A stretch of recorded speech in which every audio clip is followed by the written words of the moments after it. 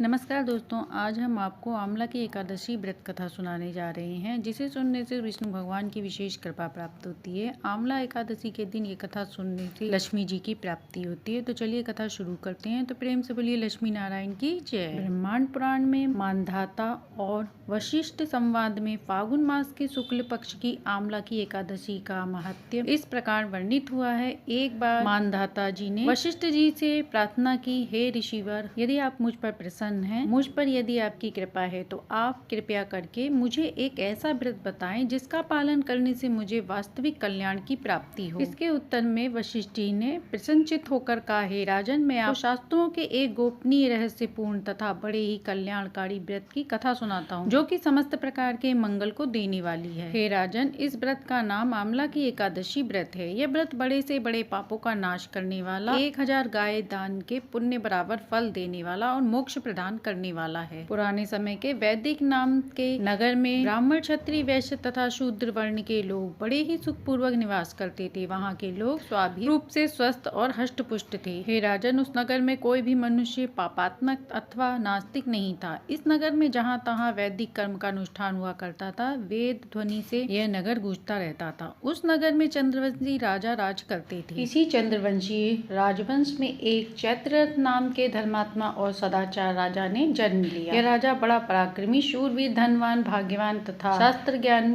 भी था। इस राजा के राज्य में प्रजा बड़ी सुखी थी। सारा वातावरण ही अनुकूल था। यहाँ की सारी प्रजा विष्णु भक्ति परायण थी। सभी लोग एकादशी का व्रत करते थे। इस राज्य में कोई भी दरिद्र अथवा कृपण नहीं देखा जाता था। इस प्रकार प्रजा के साथ राजा अनेकों वर्षों तक सुखपूर्वक राज्य करते रहे। एक बार फागुन एकादशी, द्वादशी, संयुक्ता आंवला की एकादशी आ गई। यह एकादशी महाफल देने वाली है। ऐसा जानकर नगर के बालक, वृद्ध, युवा, स्त्री व पुरुष तथा स्वयं राजा ने भी सपरिवार इस एकादशी व्रत का पूरे नियमों के साथ पालन किया। एकादशी वाले दिन राजा प्रातः काल नदी में स्नान आदि समाप्त कर समस्त प्रजा के साथ उसी नदी के किनारे पर बने भगवान विष्णु के मंदिर में जा पहुँचे। उन्होंने वहाँ दिव्य गंध सुवासित जल पूर्ण कलश, छत्र, वस्त्र, पादुका आदि पंचरत्नों के द्वारा सुसज्जित करके भगवान की स्थापना की। इसके बाद धूप दीप प्रज्वलित करके आंवला की अर्थात आंवले के साथ भगवान श्री परम राम जी की पूजा करी और अंत में प्रार्थना की, हे भगवान, हे रेणुका, हे सुख वर्धक, हे मुक्ति प्रदाता, आपको नमस्कार है। हे आंवला की, हे ब्रह्मपुत्री, हे धात्री, हे पापनाशनी, आपको नमस्कार है। आप मेरी पूजा स्वीकार करें। इस प्रकार राजा ने अपनी प्रजा के व्यक्तियों के साथ भगवान श्री विष्णु एवं भगवान की पवित्र चरित्र गाथा श्रवण, कीर्तन व स्मरण करते हुए एकादशी की महिमा सुनते हुए रात्रि जागरण किया। उसी शाम एक शिकारी शिकार करता हुआ वहीं पर आ पहुंचा। जीवों का हत्या करके ही वह दिन व्यतीत करता था। दीपमालाओं से सुसज्जित तथा बहुत से लोगों द्वारा इकट्ठे होकर हरि कीर्तन करते हुए रात्रि जागरण करते देखकर शिकारी सोचने लगा कि यह सब क्या हो रहा है। शिकारी के पिछले जन्म के पुण्य का उदय होने पर ही वहाँ एकादशी व्रत करते हुए जनों का उसने दर्शन किया। कलश के ऊपर विराजमान भगवान श्री दामोदर जी का उसने दर्शन किया। वहाँ बैठकर भगवान श्री हरि का चरित्र गाथा श्रवण करने लगा। भूखा प्यासा होने पर एकाग्र मन से एकादशी व्रत के महत्व की कथा तथा भगवान श्री हरि की महिमा श्रवण करते हुए उसने भी रात्रि जागरण किया। प्रातः होने पर राजा अपनी प्रजा के साथ अपने नगर को चला गया तथा शिकारी भी अपने घर वापस आ गया और समय पर उसने भोजन किया। कुछ समय बाद जब शिकारी की मृत्यु हो गई तो अनायास एकादशी व्रत का पालन करने तथा एकादशी तिथि में रात्रि जागरण करने के प्रभाव से उस शिकारी ने दूसरे जन्म में विशाल धन संपदा, सेना, सामंत, हाथी, घोड़े, रथों से पूर्ण जयंती नाम की नगरी के विदुरथ नामक राजा के यहाँ पुत्र के रूप में जन्म लिया। सूर्य के समान पराक्रमी, पृथ्वी के समान क्षमाशील, धर्मनिष्ठ, सत्यनिष्ठ एवं अनेकों सद्गुणों से युक्त होकर भगवान विष्णु की भक्ति करता हुआ तथा 1 लाख गांव का आधिपत्य करता हुआ जीवन बिताने लगा। वह बड़ा दानी भी था। इस जन्म में इसका नाम वसुरथ था। एक बार वह शिकार करने के लिए वन गया और मार्ग में भटक गया। वन में घूमते घूमते थका हारा प्यास से व्याकुल होकर अपनी बाहों का तकिया बनाकर जंगल में सो गया। उसी समय पर्वतों में रहने वाले मलेच्छ यवन सोए हुए राजा के पास आकर राजा की हत्या की चेष्टा करने लगे। वे राजा को शत्रु मानकर उसकी हत्या करने पर तुले थे। उन्हें कुछ ऐसा भ्रम हो गया था कि ये वही व्यक्ति है जिसने हमारे माता पिता, पुत्र, पौत्र आदि को मारा था तथा इसी कारण हम जंगल की खाक छान रहे हैं। किंतु आश्चर्य की बात यह थी कि उन लोगों द्वारा फेंके गए अस्त्र शस्त्र राजा को न लगकर उसके इर्द गिर्द ही घूमते रहे। राजा को खरोच तक नहीं आई। जब उन लोगों के अस्त्र शस्त्र समाप्त हो गए और वे सभी भयभीत हो गए तथा एकदम भी आगे न बढ़ सके। तब सभी ने देखा कि उसी समय राजा के शरीर से दिव्य गंध युक्त अनेक आभूषणों से आभूषित एक परम सुंदरी देवी प्रकट हुई है। वह भीषण भ्रुकुटित क्रोधित नेत्रा देवी क्रोध से लाल पीली हो रही थी। उस देवी का यह स्वरूप देखकर सभी यमन इधर उधर दौड़ने लगे, परंतु उस देवी के हाथ में चक्र लेकर एक क्षण में ही उसने सभी मलेच्छों का वध कर डाला। जब राजा की नींद खुली, उसने यह भयानक हत्याकांड देखा तो वह आश्चर्यचकित हो गया, साथ ही भयभीत भी हो गया। उन भीषण आकार वाले मलेच्छों को मरा देखकर राजा विस्मय के साथ सोचने लगा कि मेरे इन शत्रुओं को मारकर मेरी रक्षा किसने की? यहाँ मेरा ऐसा कौन सा हितैषी मित्र है? जो भी हो, मैं उसके इस महान कार्य के लिए उसका बहुत बहुत धन्यवाद करता हूँ। उसी समय आकाशवाणी हुई कि भगवान के शव को छोड़कर भला शरणागत की रक्षा करने वाला और कौन हो सकता है। अतः शरणागत रक्षक, शरणागत पालक श्री हरि ने ही तुम्हारी रक्षा की है। राजा उस आकाशवाणी को सुनकर प्रसन्न हुआ, साथ ही भगवान श्री हरि के चरणों में अति कृतज्ञ होकर भगवान का भजन करते हुए अपने राज्य में वापिस आ गया और निष्कष्ट राज्य करने लगा। वशिष्ठ कहते हैं, हे राजन, जो मनुष्य इस आमला की एकादशी का व्रत पालन करते हैं वह निश्चित ही विष्णु लोक की प्राप्ति कर लेते हैं। अब सुनते हैं दूसरी कथा। आमला की एकादशी की पौराणिक कथा के अनुसार जगत के पालन करता भगवान श्री हरि की कृपा से ही आमले के वृक्ष की उत्पत्ति हुई थी। श्री हरि की नाभि से ब्रह्मा जी की भी उत्पत्ति हुई थी। एक बार ब्रह्मा जी को जानने की इच्छा हुई कि वह कौन है, उनका जन्म कब और कैसे हुआ। अपने प्रश्न का उत्तर जानने के लिए और अपनी जिज्ञासा को शांत करने के लिए ब्रह्मा जी ने परब्रह्म की कठोर तपस्या प्रारंभ की। तब ब्रह्मा जी की कठोर तपस्या से प्रसन्न होकर परम ब्रह्म विष्णु जी प्रकट हुए। अपने सामने साक्षात विष्णु जी को प्रकट हुए देखकर ब्रह्मा जी की आंखों से आंसू बहने लगे। ब्रह्मा जी की आराधना से भगवान विष्णु बहुत प्रभावित हुए और तब ब्रह्मा जी की आंखों के आंसुओं से आमले का वृक्ष उत्पन्न हुआ। तब श्री हरि विष्णु जी ने कहा, आपके आंसुओं से उत्पन्न आमला और आमले का ये वृक्ष मुझे अत्यंत प्रिय रहेगा और आमला की एकादशी के दिन जो भी व्यक्ति इनकी पूजा करेगा उस व्यक्ति के सारे पाप ताप नष्ट होकर उसे वैकुंठ की प्राप्ति होगी। तीसरी पौराणिक कथा के अनुसार धर्मराज युधिष्ठिर ने कृष्ण जी से कहा, हे मधुसूदन, आप मुझे फागुन मास के शुक्ल पक्ष की आमला की एकादशी व्रत की एकादशी का महात्म्य सुनाने की कृपा करें। तब श्री कृष्ण ने मुस्कुराते हुए कहा, महाभाग अभिनंदन, आपका प्रश्न अति उत्तम है। प्राचीन समय में यही प्रश्न राजा धाता ने महर्षि वशिष्ठ से यह प्रश्न किया था। तब महर्षि वशिष्ठ ने कहा, फागुन शुक्ल पक्ष की एकादशी का नाम आमला की एकादशी है। तब राजा मानधाता पूछने लगे, यह आमला की कैसे उत्पन्न हुई? कृपया करके मुझे विस्तार पूर्वक बताएं। वशिष्ठ जी बोले, पृथ्वी पर महान पुण्यदायी आमले का वृक्ष है जो सभी पापों का नाश करने वाला है। भगवान विष्णु के थूकने पर चंद्रमा के समान कांतिमान एक बिंदु प्रकट हुआ। यह बिंदु जब पृथ्वी पर गिरा तो उससे आमले का वृक्ष उत्पन्न हुआ। यह सभी वृक्षों का आदिभूत कहलाता है। और उसी समय ब्रह्मा जी भी उत्पन्न हुए। देवता, राक्षस, गंधर्व, नाग, गंधर्व, दक्ष, राक्षस तथा अंतःकरण वाले ऋषियों से ब्रह्मा जी ने जन्म दिया। देवता ऋषिगण उस स्थान पर गए जहाँ विष्णु प्रिय आमलकी का पेड़ था। यह देखकर देवताओं को बड़ा आश्चर्य हुआ। वह एक दूसरे पर दृष्टिपात करते हुए वृक्ष को देखने लगे। हम विभिन्न प्रकार के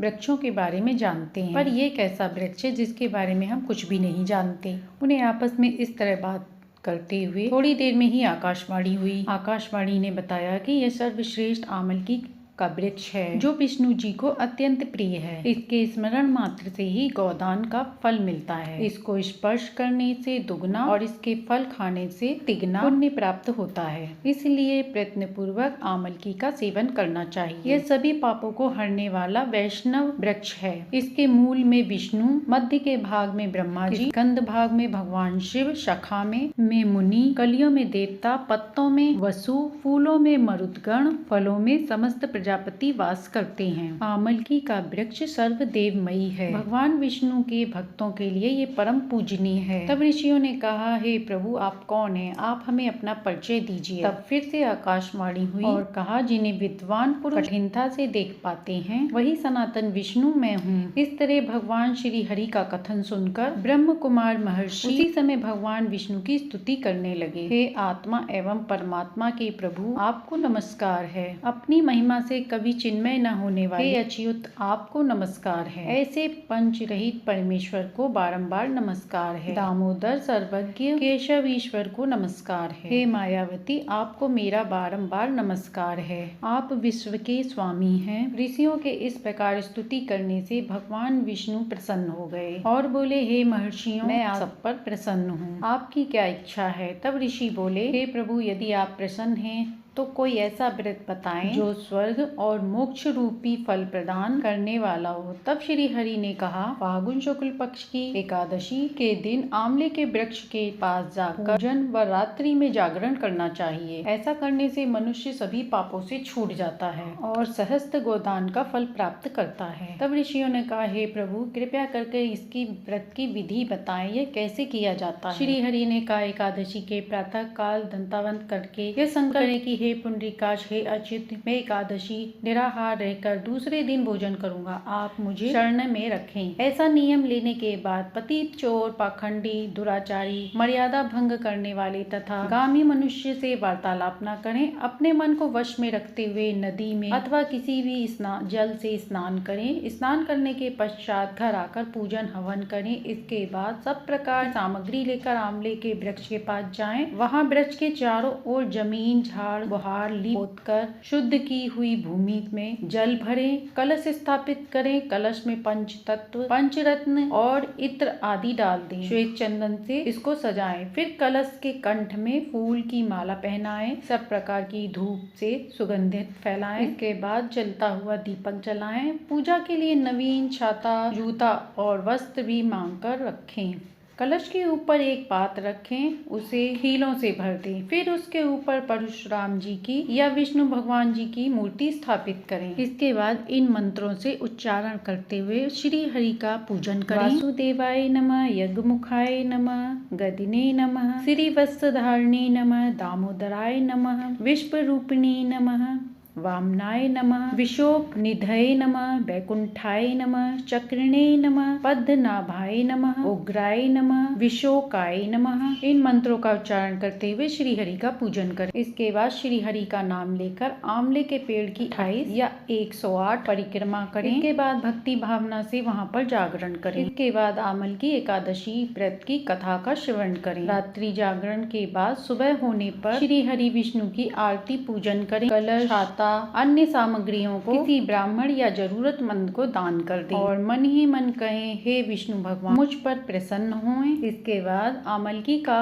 स्पर्श करके प्रदक्षिणा करें। द्वादशी के दिन स्नान पूजन करें। ब्राह्मणों व जरूरतमंदों को भोजन कराएं। इसके बाद अपने परिवार के साथ स्वयं भी भोजन ग्रहण करें। इस दिन की पूजा का इतना फल मिलता है कि कहीं भी तीर्थ यात्रा करने के बराबर ही पुण्य मिलता है। वशिष्ठ जी ने कहा, हे महाराज, इतना कहकर देवेश्वर भगवान विष्णु अंतर्ध्यान हो गए। इसके बाद समस्त ऋषियों ने आमल की एकादशी के दिन व्रत, पूजन और पारण किया। हे ऋषि, इसी प्रकार आपको भी आमल की एकादशी का व्रत अनुष्ठान करना चाहिए। इसके बाद भगवान श्री कृष्ण ने कहा, हे धर्मराज, यह उत्तम व्रत मनुष्य को सभी पापों से दूर करने वाला और वैकुंठ की प्राप्ति कराने वाला है। एक समय की बात है, एक राज्य में एक राजा राज्य करते थे। उनकी बड़ी मन्नतों के बाद एक बेटा हुआ। राजा रानी उसे बड़े लाड़ प्यार से रखते। धीरे धीरे राजकुमार बड़ा होने लगा। उसके ब्याह की भी चिंता दोनों को सताने लगी। उन्होंने एक सुंदर कन्या देखकर राजकुमार का विवाह कर दिया। उनका समय अच्छे से व्यतीत हो रहा था, पर एक दिन राजा बीमार हो गए और परलोक सिधार गए। राजा की याद में रानी भी एक दिन परलोक सिधार गई। अब राजकुमार राजा बन गया, रानी बन गई। कुछ दिनों बाद उन्होंने एक पुत्री को जन्म दिया, पर जन्म देने के बाद ही कुछ दिनों बाद ही रानी भी स्वर्ग सिधार गई। अब राजा अकेला हो गया। अब वह लड़की की देखभाल करने लगा। इसी तरह 10 दिन व्यतीत हो गए, पर वह सोचने लगा राजकाज संभाले या लड़की की देखभाल करे। मंत्री ने उसे समझाया, महाराज, आप अब दूसरा विवाह कर लें, जिससे आपकी बेटी भी पल जाएगी। राजा को मंत्री की सलाह अच्छी लगी। राजा की दूसरी शादी हो गई। दूसरी रानी राजा की बेटी सुमन को अच्छी तरह नहीं रखती थी, वह उससे चिढ़ती थी। सुमन अभी बहुत छोटी थी, वह उसे भूखा रखती। जब राजा आता तो उसके सामने दिखावा करती। राजा सोचता, मेरी कन्या की अच्छे से देखभाल हो रही है। अब सुमन 1 साल की हो गई। तभी राजा के दूसरी पुत्री भी हो गई। उसके आने से नगर में मिठाइयाँ बंटी। उसका नाम सुखवती रखा गया। उसके आने से खुशियों का माहौल हो गया। दोनों में 1 साल का अंतर था। धीरे धीरे दोनों बेटियां बड़ी होने लगी। रानी अपनी बेटी को बहुत प्यार करती थी और सुमन को बचा कुचा भोजन देती, उसे खाने को भी ढंग से नहीं देती। सुमन पूजा पाठ करती थी, जहाँ भी पूजा पाठ होता वहाँ वह चली जाती, इसी कारण उसे मार भी खानी पड़ती। रानी को उसका पूजा पाठ करना बिल्कुल भी पसंद नहीं था। सुमन सुखवती से ज्यादा सुंदर थी। वह अपनी बेटी को पढ़ने भेजती, पर सुमन को घर पे ही रखकर घर का काम करवाती। राजा के जाने के बाद वह सुमन से सारा काम करवाती। धीरे धीरे राजा भी जान गया कि सुमन को उसकी माँ पसंद नहीं करती, उसके साथ सौतेला व्यवहार करती है। रानी ने राजा से उसके ब्याह के लिए कहा। राजा ने कहा ठीक है, पर सही समय आने पर ब्याह कर देंगे। पर रानी क्रोध में आकर अनशन पर बैठ गई और कहने लगी, इस लड़की का ब्याह किसी गरीब घर में करा दो, नहीं तो मैं जहर खाकर अपने प्राण दे दूंगी। राजा एक रानी खो चुका था, दूसरी को खोना नहीं चाहता था। वह डर गया और गरीब घर में लड़की का ब्याह करा दिया। अपने पति के घर सुमन चली गई। अब उसकी बेटी भी बड़ी हो गई थी। उसने राजा से कहा कि इसकी शादी ऊंचे घराने अच्छे खानदान में करा दो। राजा ने नगर का सबसे सुखी ऊंचा खानदान देखा और अपनी दूसरी बेटी का ब्याह करा दिया। एक बहुत गरीब थी और दूसरी बहुत अमीर थी। सुमन की शादी गरीब घर में हुई। उसका पति हाथ पैर से लाचार था, वह शराब भी पीता था, बीमार भी रहता था। सुमन के दुख के दिन अब शुरू हो गए। कुछ समय बाद उसके एक बेटा हुआ। एक दिन उसकी बहन सुखवती ने सोचा कि चलो अपनी बहन के यहाँ देख के आए क्या हाल है। उसने अपने घर का काम करवाया जाए। बहन घर पहुंचकर बोली कि मैंने तेरी हालत देखी है, मेरे से तेरी हालत देखी नहीं जाती। तू एक काम कर, मेरे घर का भी काम कर दिया कर, इसके बदले में मैं तुझे खाना दे दिया करूंगी। सुमन ने कहा ठीक है बहन, मैं औरों के घर का काम करती हूँ, अब तुम्हारे घर का भी कर दिया करूंगी। अब सुमन अपनी बहन के घर जाती और उसके घर का काम करती। उसके बदले में वह बचा कुचा वासी खाना दे देती, जिससे सुमन का जीवन यापन हो रहा था। एक दिन सुमन के बेटे ने कहा, माँ पकवान खाने का मन हो रहा है। उसने सुमन से कहा, माँ मुझे पकवान खाना है। तब सुमन ने कहा, बेटा हमारे ऐसे भाग्य कहाँ कि हम पकवान खाएं, कभी भगवान देंगे तो खा लेना। तब लड़के ने कहा, माँ तुम मौसी के घर जाओ, वहाँ कह देना कि थोड़ा सा सूखा अन्न दे दें या फिर थोड़ा पकवान बना हुआ दे दें। वह बोली ठीक है, कल मांग लाऊंगी। सुखवती से उसने कहा, बहन या तो कुछ पकवान दे दो या सूखा आटा दे दो, अब मेरे बेटे को पकवान खाने का मन है। सुखवती ने सुना और झाड़ू उठाकर उसकी पिटाई कर दी। अब वह रोती हुई आ गई। आज तो उसे बासी खाना भी नहीं मिला। वह घर पर आ गई। उसका बेटा आया और बोला, माँ आज मौसी ने पकवान नहीं दिया। उसकी माँ ने उसे गले लगाकर जोर जोर रोने लगी और बोला, माँ मुझे भूख नहीं है, तुम आराम करो। दोनों माँ बेटे भूखे प्यासे ही सो गए। उसने सोचा, अब मैं बहन के घर नहीं जाऊंगी, जंगल से लकड़ियाँ लाकर बेचूंगी, जिससे जो पैसा आएगा वह उसी से काम करूंगी। वह तुलसी मैया को सींच कर जंगल की तरफ चली गई। रास्ते में एक गाय मिली, उसके बच्चा होने वाला था। वह बोली, बहन तुम मेरी मदद कर दो। सुमन गाय की पीठ पर हाथ फैलाने लगी, जिससे उसकी प्रसव पीड़ा में आसानी हो गई। थोड़ी दूर आने पर उसने देखा एक नागिन खड़ी है। वह डर गई तो उसने कहा, तुम डरो मत बहन, मेरे केचुली निकालने में मेरी मदद कर दो, मुझे बड़ी परेशानी हो रही है। तब सुमन ने कहा, मैं तुम्हारी मदद तो कर दूंगी, पर तुम मुझे खा गई तो मेरा बेटा घर पर अकेले है, उसका क्या होगा। तब नागिन ने कहा, तुम मेरी मदद करोगी तो मैं तुम्हें डसूंगी नहीं। नागिन ने भी उसे खूब आशीर्वाद दिया। सुमन जंगल की ओर गई तो देखा एक तुलसी के पेड़ के पास एक बुढ़िया माई बैठी है और राह देख रही है। सुमन ने कहा, माँ क्या परेशानी है तुम्हें। बुढ़िया माई बोली, मैं बहुत परेशान हूँ बेटी। सुमन ने उनके हाथ पैर दबाए, इससे बुढ़िया माई प्रसन्न होकर एक थैला दिया। सुमन ने मना किया, पर बुढ़िया माई ने कहा, इसमें हाथ डाल, जितना आए उतना निकाल लेना। उसने सोचा खाने पीने का कोई सामान होगा। सुमन ने हाथ डाला तो सोना चांदी निकला। बुढ़िया माई ने कहा, यह थैला लेकर जा, अपने और अपने बेटे का इससे लालन पालन कर। अब रास्ते में वापस आते समय थैला लेकर वह आने लगी तो रास्ते में नागिन मिली। उसने कहा, बहन तुमने मेरी बहुत मदद की, मैं तुम्हें नागमणि दे रही हूँ, इससे तुम्हें कभी भी अन्न धन की कमी नहीं होगी। सुमन खुश हो गई। आगे आने पर उसे गाय मिली। गाय ने कहा, बहन तुमने मेरी बहुत मदद की, मैं तुम्हारे साथ चलूंगी। सुमन ने गाय को अपने साथ ले लिया। जैसे ही वह अपने घर घर में गई, घर महल में हो गया। अब उसने नौकर चाकर रख लिए, अब उसके रानियों जैसे ठाट बाट हो गई। सुखवती ने सोचा बहन के घर जाकर देख लिया जाए,